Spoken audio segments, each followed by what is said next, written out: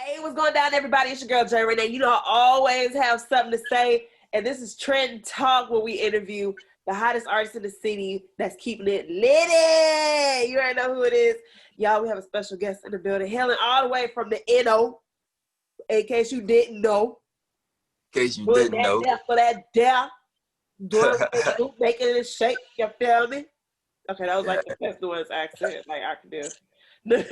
Give it up for Mike Mayjor. Oh my God, it's Mayjor. It's popular. So tell me, how did you make that move from New Orleans to here, to Houston? Well, first it was Dallas, really. Dallas. Okay. We had moved because a lot of shit was going bad, and I was still in school, so on mine we had moved to Dallas, and I finished school out there. Then I moved back to New Orleans. Then we came back to Houston. Well, I came first, and then she came. I think she came out here because I was about to be a walk on TSU and shit. But hey, TSU, that's what I got 24. Hey, my bad. I had to say that. Go ahead. Good. But yeah, I was about to hoop for them, and I guess she just wanted to be close. And then all my family started moving out here, so we out here. You know what I mean? So I know New Orleans. I do have some cousins. Shoot, we may be related. So I know that. I'm telling you, my dad's side from Louisiana, but I know that New Orleans is known for, you know, the bounce music. But there's this new wave of New Orleans where you all have more of a melodic sound, but you still maintain those beats in there. Yeah, I know what you're talking about. I consider that a new wave too. You know what I mean? Yeah. Because it's not really just bars no more. You know what I mean? But I feel like that's everywhere though. Like that's just the thing now. So what was it like growing up in New Orleans? I know you said that you and your mom moved to Dallas and then Houston, but what was it like growing up in New Orleans? What part are you from? I'm from the West Bank.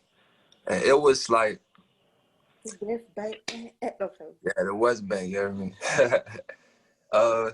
I mean, shit, it was like, it was bad, but like, you know, when you like grow up in like an environment that you kind of used to it was bad. Like, I didn't know how bad it was, but I'm hearing other people tell me how bad it was growing up and shit like that. It was bad, but it was cool, like, I guess.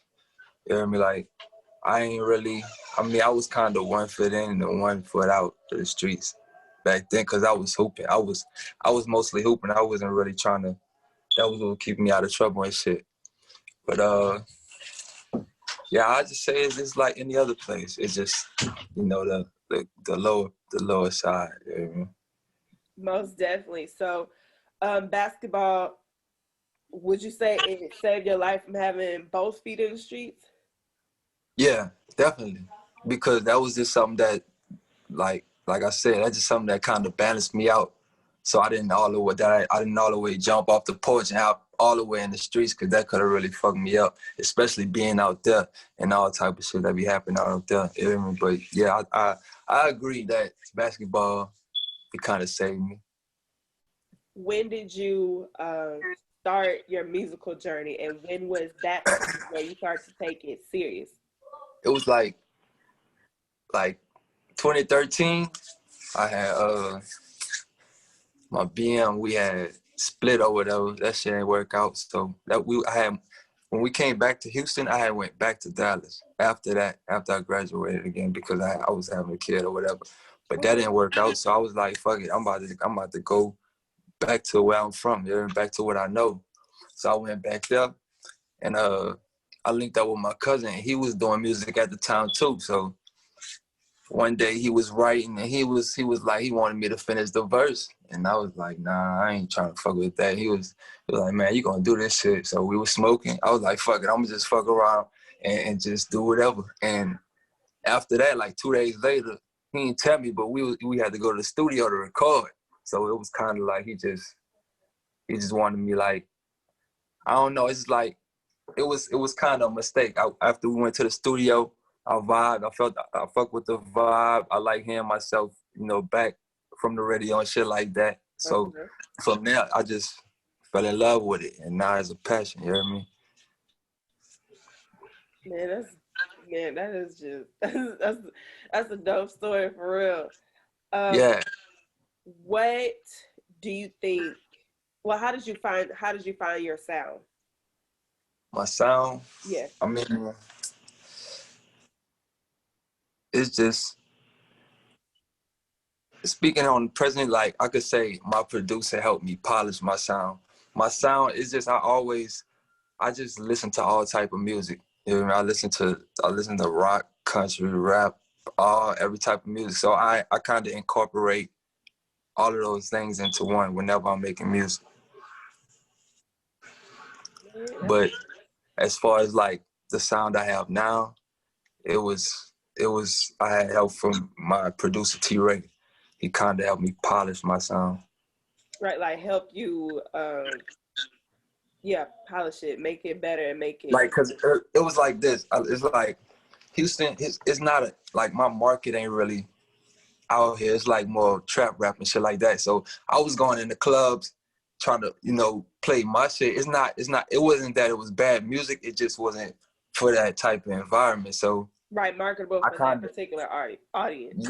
yeah. So I kind of like, and everybody was telling me I needed to make this certain type of music or whatever. And I kind of started listening to what everybody was saying. But that was when I had my last management. That was leading me in the wrong direction or whatever. But after that, I linked with GAG1, my manager Gerald, and he had a producer signed out to him, which is T.Renae. And then we linked up, and it just went from there. You hear me? Like magic. So your sound is now polished for your I audience. say it's polished. Like it's Yeah. like I found my sound. Developed. It's developed. Yeah. Yeah. Cause at first it was like I was like in different lanes trying to find, what I'm best at. And I kind of found that like working with T.Renae. Right. Talk to me about Villain Empire Entertainment. That's that's just my movement right now. Villain Empire. It's hopefully one day I'll be able to turn it into a label, but for right now that's just a movement. How Be it did you again. come up with the name and everything? Villain Empire, just villain. I feel like that's my way of life. You know what I mean? Like that's just how I get. I do what I do. You villain? Come on now. Come on now. Yeah. See, that's part of being you. You wouldn't even. You hear me? Like, yeah. I'm gonna let you thought you a villain. Okay. I'm a Good. smooth criminal. Hey, I'm a smooth criminal though. That's the best one. You never know. You hear me? I mean, or you could be Rambo. Oh, you didn't think I didn't get that single. You didn't think I did it. You didn't think I didn't do it. You fuck with that Rambo? Well, I like Rambo. I like Out My Body. That Out My Body, bro. That hit right there. I said, damn. Yeah, that's kind of the one that kind of got me rolling. You hear me? Out my body. What was that like? Creating that whole scene, and where were you? Did you go to like Seattle? We went to Colorado. We You went to Colorado. We was in the mountains, and the dog, that's a wolf at the end. That ain't a dog. That was a big ass wolf at the end of the video. But yeah, we can't. Did you? Yeah, it was a wolf, bro. That was intentional.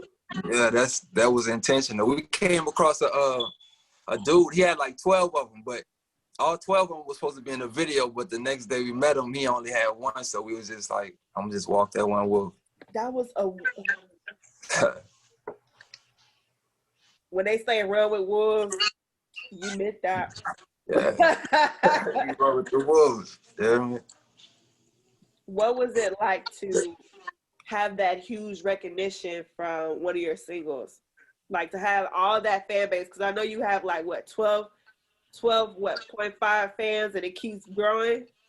And so, what was that like to have that type of reflection of your music onto them, and you receiving that positive interaction from them? Shit, anything like that always motivates me to go harder.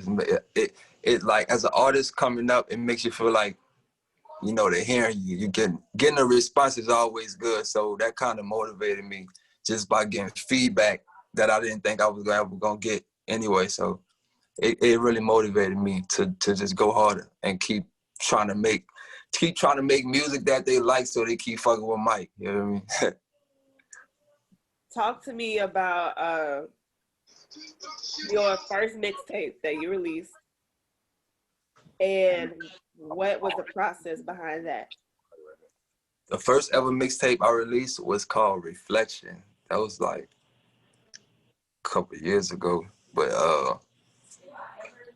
everything I had to do by myself, because that was like my first mixtape, except for the cover art. But yeah, basically I was going to the studio called Anarchy Studio. The producer Ace, he kind of packaged everything together for me for, you know, a certain price. So it was like a basic process. You know what I mean? I had found that producer, and we worked on the project together, and then we decided to put it out. Okay, and I know that, you know, you do have an upcoming EP. Oh yeah, it's something serious. Oh, let's talk about it. You thought I wasn't gonna ask? Go ahead, but bring it out. Bring it out. Let's talk about that. Let's talk. But It's yeah, called Serious, right? yeah, that means the brightest star in the sky. But it's like a double standard. It's like serious, and it actually means something else. Yeah. Than other than serious, like serious being serious. Well, why did you name your EP that? Your upcoming EP? Because I feel like I'm the brightest star in the sky. Everybody rock stars and everybody whatever, but I'm serious. You know what I mean? Like, yeah. Do you have any collabs on there that we may know of? I have no collabs. Okay. All right. Yeah, I don't have none on there. Oh. So you got Savage on there and Journey? Nah, Savage and Journey, we dropping before that drops. It's like a build up to the big. Okay, like how a film has the trailer. Yeah.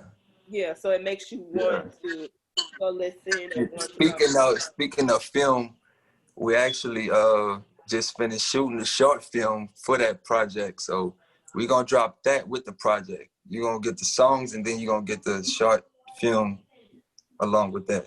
Okay, so you're tapping into acting. Yeah, I mean, I'm trying to do it all. I'm trying to just be an all-out entertainment, period. You hear me? Like, don't ever call me a rapper. No. What is, in your opinion, what is the importance of having that producer-artist relationship when dealing with your project? Man, that is very important. And I learned that, like, I didn't ever think it wasn't important, but I didn't know how important it was until I linked up with T-Ray. That shit is like vital. I think every artist should have at least one go-to producer that you just hands-on with.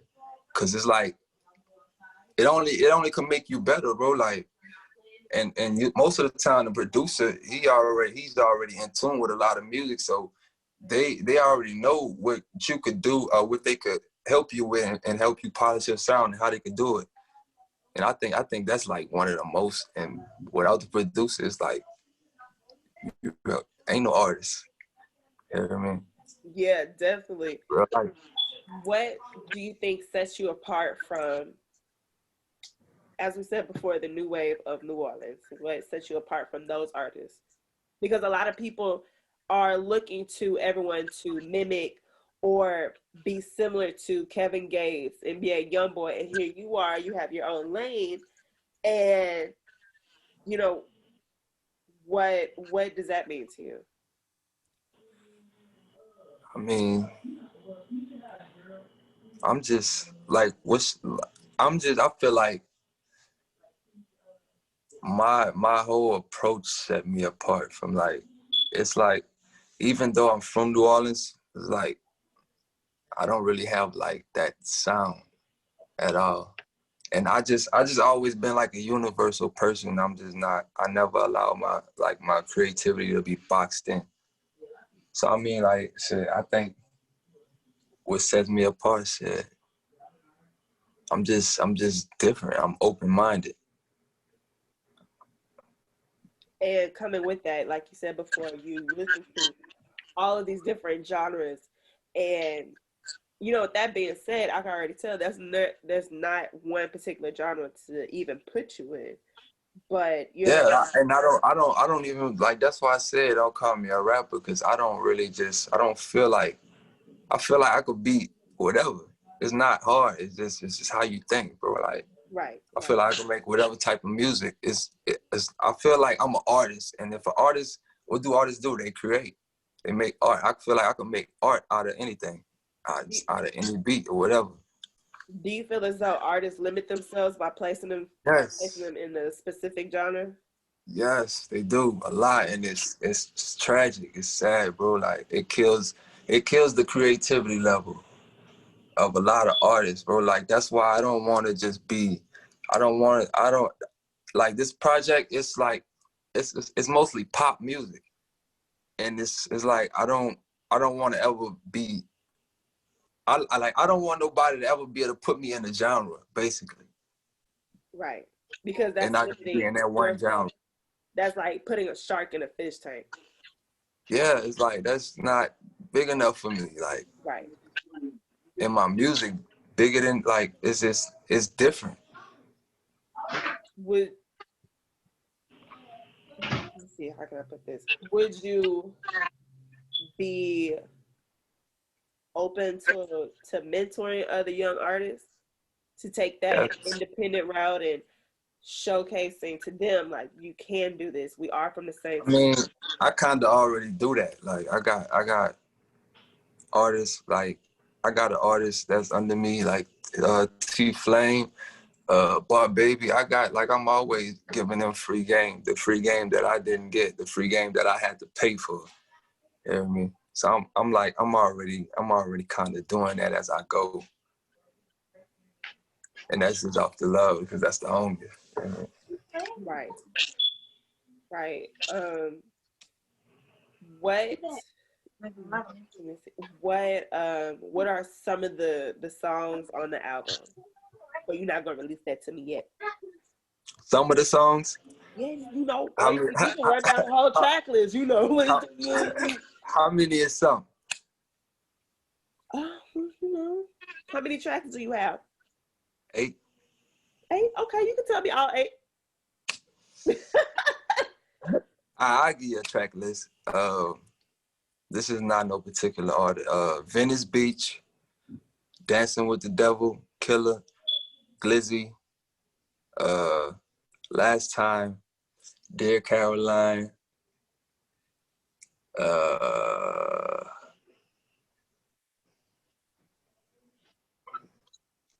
Love Letter, and you got one more. Ventilation. Yeah, Ventilation. What? Yeah, that's 8. Oh, that's 8. Okay. Yeah. What is the process that you go through in order to select which songs? Because I feel like you have like a whole catalog, and it may take you a minute to go through each one. Like, do you mean like to put? Like, what you mean? To place the songs, to be like, okay, this one going on the album. This one, we could say this for like a mixtape. This one that could be dropped as a single. Well, this time it was like a team effort. Like, I got my PR Kim, I had my manager, and I had my DJ Endurance. We collectively kind of picked the track list. Man, then like I think Kim, when we was listening, she was like, she hears like a story, and that's kind of where we came with the like the concept of putting a short film with it. So it's going to like flow. All the tracks are going to flow. Yeah, it's gonna be the whole time. It's gonna flow together like a little movie. Okay, like would you say it's similar to Kanye from way back when he had his album and it became a whole film? It was on BET for like 3 months. I don't remember that. You remember that? I ain't gonna even lie, but man, you probably saw something like it before, but it's basically gonna be like me acting out the songs, basically. So yeah, but it's gonna be all connected together to make one little short film. And talk to me about the single Journey. Have you released that yet? Nah, not yet. I released Saturday. Okay, I got a little too happy. Go ahead, talk to me about Journey. Journey is just explaining my whole journey leading up to where I am now. All the like things I went through or whatever. And then yeah, that's basically the whole concept. And where can they find, or where can people like pre-order your album or listen to a couple of your singles that you already have? I know you have Yeah, YouTube. I know you have that. yeah, YouTube, Spotify, iTunes, really all the major platforms. But I really would like everybody to go to through my Spotify. You know what I mean? That's what. Get them listeners up. Yeah, definitely. But yeah, y'all watching. I would rather y'all go through my Spotify than my YouTube. My YouTube good right now. Oh yeah, I saw that YouTube. I saw it. I really thought that was a dog. You about to make me go back and be like, wait, let me. We running with the wolves. You know what I mean? Like, about to make me go back and be like, where is that? Oh my God, it's a wolf. I thought it was just a husky dog. Nah, that it was big as hell, bro. That it was like way past my waist, and I'm 6'2". That shit was tall. See, now I'm 5'6". That thing would probably eat me. Yeah, it would probably ate too. Like, oh. Y'all probably like the same size. Yeah, we really probably are. Talk to me about the meaning behind your name, Mike Mayjor. Mike, that's just my name, and it's Majors is because Mike is major. Everything I do is major. It's never just some. Everything I do is major. It gotta be extra. So yeah, Mike is major. Who are your top 5 artists? Top 5? Yeah, I ask everyone this because I'm just like, I'm so curious to know. Any genre, any realm. You could say Beethoven, hell, from one of them. But who are your top 5? Mike Major, Post Malone, Juice WRLD,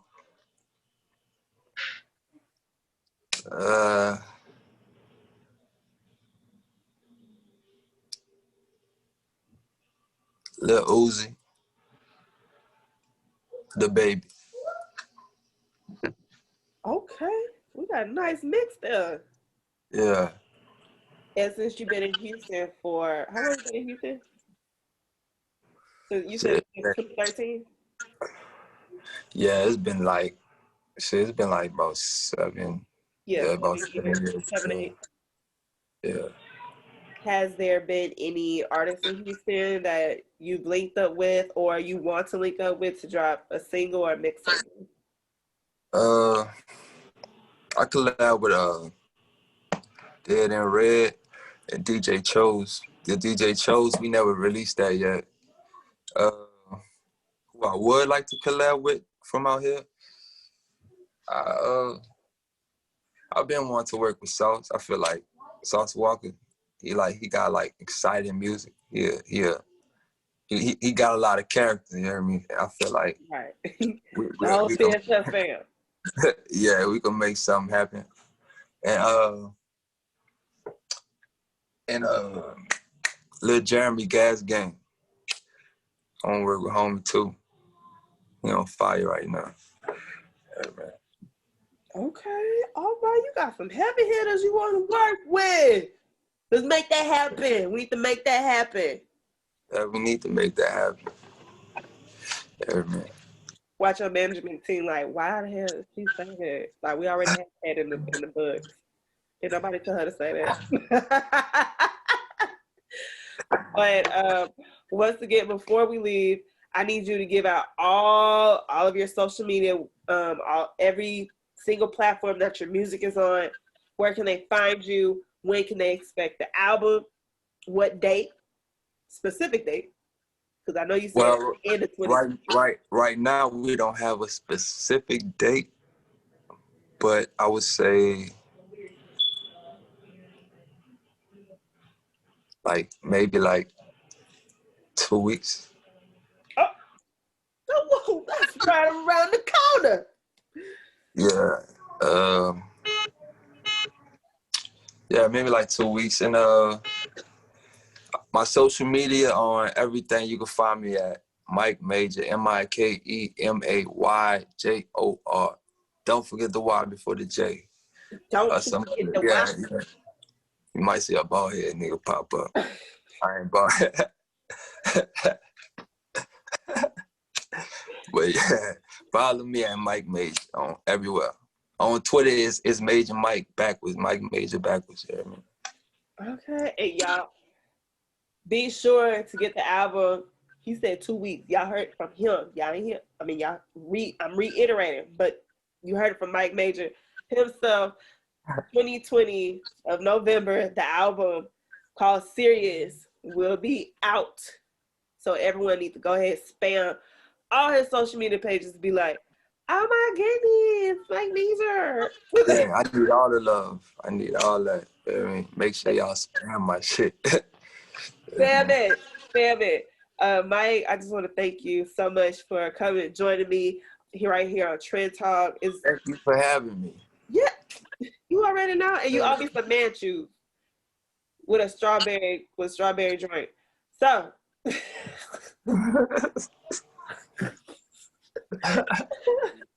I want my wing plate.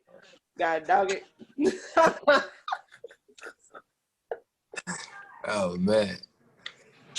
You like that? Yeah, it was supposed to be just an interview. Oh, you should. Bro. But look, nothing but blessings and opportunities for you. Keep your head on straight. I promise you're going to get to the top, all right? Thank you for coming to Trendtalk. Yo. Peace.